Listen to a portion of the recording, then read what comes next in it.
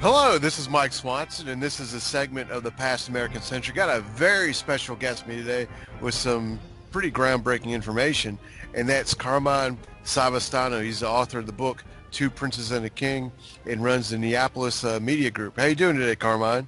I'm doing good, Mike. Thanks for having me back. Oh, well, this weekend you just released some pretty groundbreaking information about the Robert F. Kennedy case. You did a presentation at the JFK Lancer in Dallas about it, and you've put the information out on the internet too. And with this video, I'm going to have some links to your articles so people can see this for themselves. But I'm glad you're able to come on here and give people a little bit of a brief overview, because it's some real interesting developments in the RFK case. Well, thanks. No, I appreciate it. Yeah, I'm hoping that it can lead to some more advancement in the case, and I definitely think it's new connections and new information that should have been released to the public a long time ago, but unfortunately officials didn't want people to see all this. So I want to think of the best way to coin this for everybody so we can summarize it. Basically, as you know, Mike, the historical discussion regarding the assassination conspiracy for Senator Kennedy has been, subject to 50 years of debate. Indeed, several witnesses' ballistics inconsistencies noted by the Los Angeles coroner's office, Sirhan's firing position, all those things support Bashara Sirhan did not fire the killing shots. However, like the coroner's report, where the bullets are coming from, and how many bullets, all this stuff, yeah. The autopsy report. Yeah. The autopsy report basically states that the person who delivered the killing shots to Senator Kennedy would have had to have been directly behind him, and the final shot behind the ear had to be 2 inches or less because it left powder marks on the back of his skin. So that precludes Sirhan, because every witness except for one said he was 3 feet or more away, or 2 feet or more away, and his arm isn't over 2 feet long, and it doesn't bend around the back of Senator Kennedy's head, so he couldn't have fired those shots. But he did have a gun, and he was firing. That's the thing that everybody, that supports Sirhan has to remember as well, though, is that, he did at the very least fire several shots into a crowded room full of people that struck multiple victims, and that would have constituted several cases of attempted murder. So he's not innocent of all crimes. He just, based on the forensic and the ballistics data that we have, couldn't have committed the one crime of killing Robert F. Kennedy, according to that evidence. So in both those instances, though, neither side has been able to amass definitive evidence proving what actually occurred, because the Los Angeles police destroyed thousands of pieces of evidence before Sirhan had an appeal. So despite all these questionable occurrences, though, no blatant evidence of a nefarious conspiracy has yet surfaced. But you've been looking at some of these police files and found something very interesting. Yeah.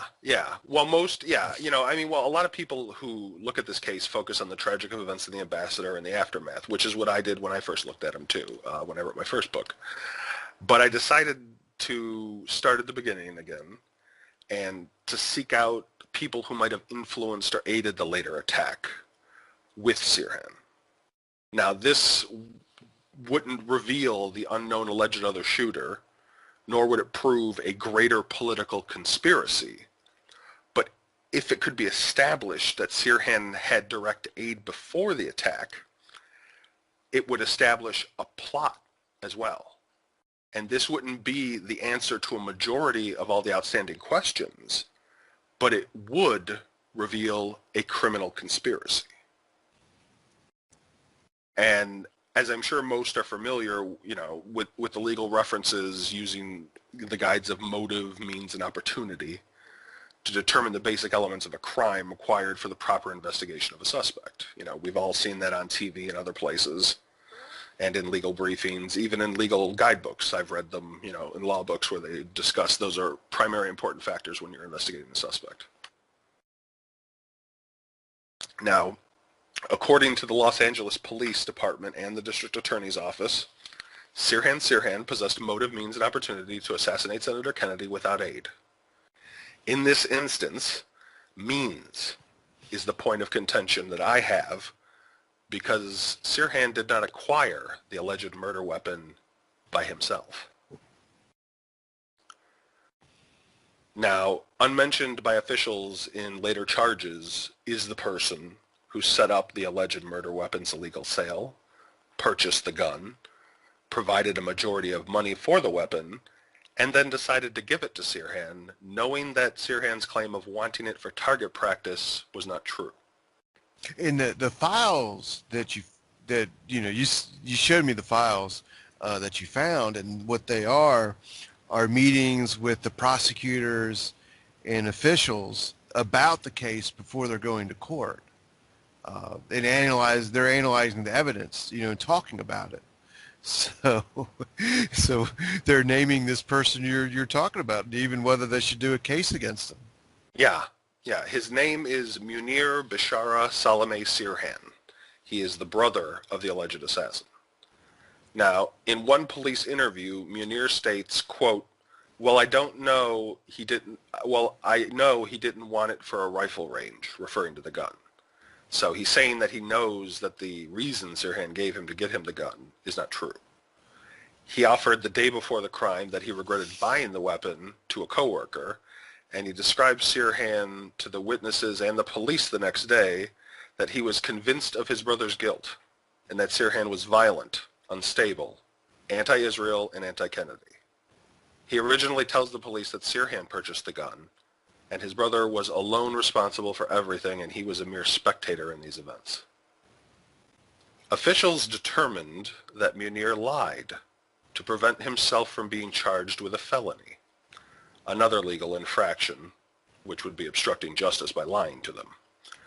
And unknown to many, he was facing deportation because of a prior narcotics charge before he acquired the alleged murder weapon. They state in one related document, quote, "When the investigation into the history of the murder weapon established that Munir Sirhan had purchased the gun from George Erhard, the possibility of a conspiracy between Sirhan and his brother was raised. The investigation had determined that Munir Sirhan had arranged for the purchase. When first interviewed, Munir Sirhan denied that he purchased the gun. He contended instead that he had only been present when the gun was purchased by Sirhan. Such an admission would have placed him in the position of having committed a felony." So it's true that officials could not establish a nefarious conspiracy where Munir and Sirhan, together with others, planned every part of the crime. However, they could establish he illegally purchased the weapon and provided it to the alleged assassin, and these elements are required for the crime to occur. And that is sort of like being an accessory before the fact, wouldn't it be? Yeah. And depending on if they charged him for the obstruction, accessory after the fact. I mean, I know cases where I live where if somebody sells someone an illegal drug and the person dies, then they're liable for doing that. Mm-hmm. So to me, this sounds very similar. Like, I know if I have an illegal weapon, an illegal gun in my possession, and I give it to somebody, say it's a stolen gun, and then I'd sell it to someone else, that's against, and they shoot someone, I'm in trouble. You're right. Yeah. So you're liable. Yeah. So this to me sounds, I'm not a lawyer, but it sounds like a similar type of legal situation. Well, I am consulting with a couple lawyers, as you know, and they don't disagree. But once again, I'm not saying making any sort of legal charge. I'm not alleging anything more than the evidence says itself. I am merely restating what the evidence says and what the law is. And it appears that they ignored that for reasons that we'll discuss soon. I think, it's also important now that's, people at this point might say, well, it's not like we actually have the guy admitting it. Well, I would ask you to give me a few minutes. In another interview with officials, Munir discusses his role in the matter and is told by an official that Sirhan could not have committed the crime without Munir's assistance, and Sirhan's brother disputes this. Munir accurately claims that Sirhan could have acquired another gun, but the official counters Sirhan would not have the specific gun in evidence without Munir providing it, and Munir replies, quote, "Oh, that gun, yeah, that's right." Munir Sirhan further admits, quote, "I thought me, being involved, I felt guilty. Without me, he wouldn't have been able to get the gun." Well, who did he make that last statement to? The Los Angeles Police Department. Okay, right. During an interrogation type interview, or? Yeah. Yeah. So privately, what many people probably don't know is the LAPD wanted to prosecute Munir Sirhan for his role in the crime, and the U.S. Department of Immigration wanted to deport him. The LA District Attorney's Office was aware of the ongoing deportation proceedings as police conducted their investigation. In fact, officials were so confident of the charges, they stated establishing a, quote, prima facie case against him. Prima facie is a legal term designating cases that will lead to an indictment against a suspect unless the defense produces substantial contending evidence. Yet despite the admissions and substantial evidence, the Los Angeles DA did nothing. The documents verify... Oh, I'm sorry, go ahead. Oh, why? Why do you think they did nothing? Well, personally, I would contend the primary reason was to secure the voluntary guilty plea of Sirhan and to protect their predetermination of no criminal conspiracy having occurred despite the evidence. If officials charged Munir, Sirhan likely would have reversed his plea and used every defense he could to fight the charges and protect his brother. So he already pled guilty. Yeah. But he could by the time this is happening, right? Or get new lawyers, get fight. Yep. His whole family might fight too. Well, and his whole family would have. That was one of the things the police referred to in their documents, was they didn't want to cut off the rapport with the members of the family that would still talk to them. Oh, okay. So they're still getting cooperation, and cooperation that might continue forever. Exactly. And especially to protect another member of the family. Well, it's pretty. I mean, it's a pretty amazing stuff because, I mean, I've only read a couple books about the RFK assassination over the years, and none of them touch on anything like this at all. Well, I think the thing is that you had, unfortunately, not by the intent of the advocates, but I think we had the police and in some ways some researchers keeping this information, not necessarily that they knew about it, but they weren't looking for it because it would implicate another member of Sirhan's family. So I think that would sort of agree that Sirhan was guilty in some way, so that never was on the agenda. And officials, of course, didn't want this found out because it shows that they didn't do their jobs. They had all the evidence for a great case, and they threw it away because they wanted to secure the conviction of Sirhan. And while that might not be illegal for them to have done it, it was wholly unethical. And it wholly was done out of hubris, trying to protect their case to the public. They didn't want a conspiracy to have happened. This needed to be one guy, and it needed to go away. And so they decided that they were just going to destroy as much evidence as they could and then hope no one ever found that. Ned, when you talk of a conspiracy involving these two people, you don't mean in the assassination, but in the purchase of the weapon, right? Yeah. No, yeah. Munir doesn't have to necessarily know what Sirhan was going to do with the weapon to make all this conspiracy. It's a criminal conspiracy as soon as somebody who is already under charges knowingly arranges an illegal gun sale and then gives the weapon to somebody who he knows lied to him about what it's for, and later on says that the guy's violent and anti-Israel and anti-Kennedy and basically tries to blame everything on him, knowing that he had a role in it.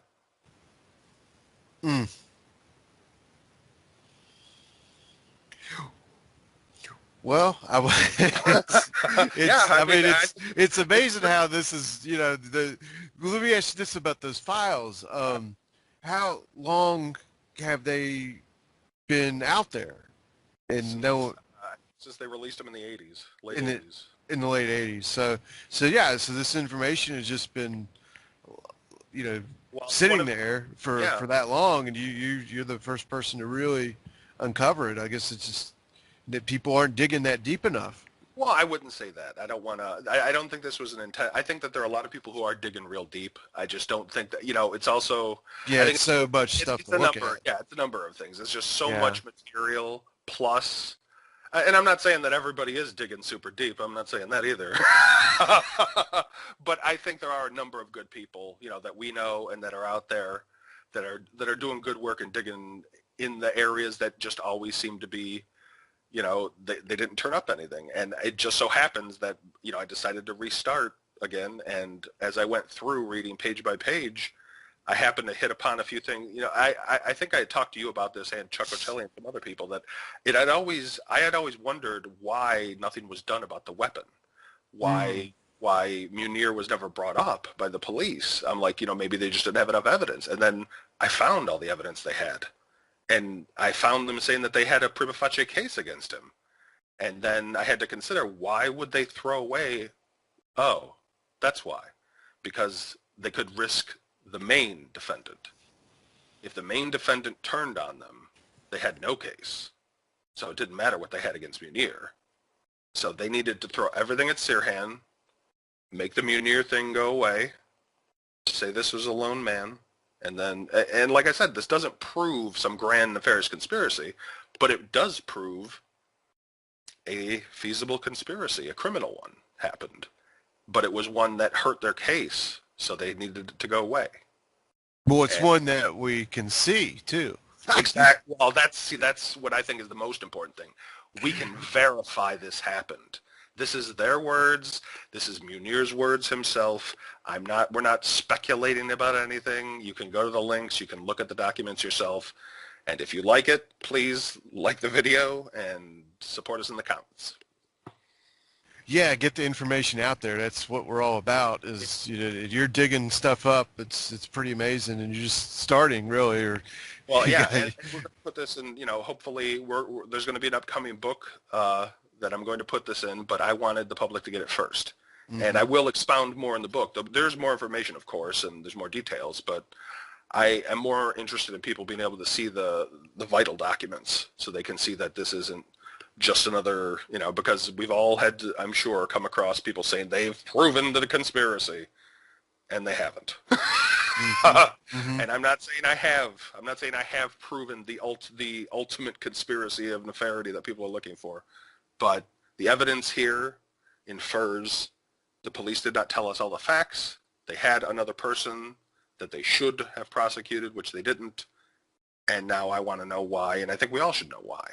Why did they hide this? Why were they not honest? And what are they going to do about it now to try to correct the historical record?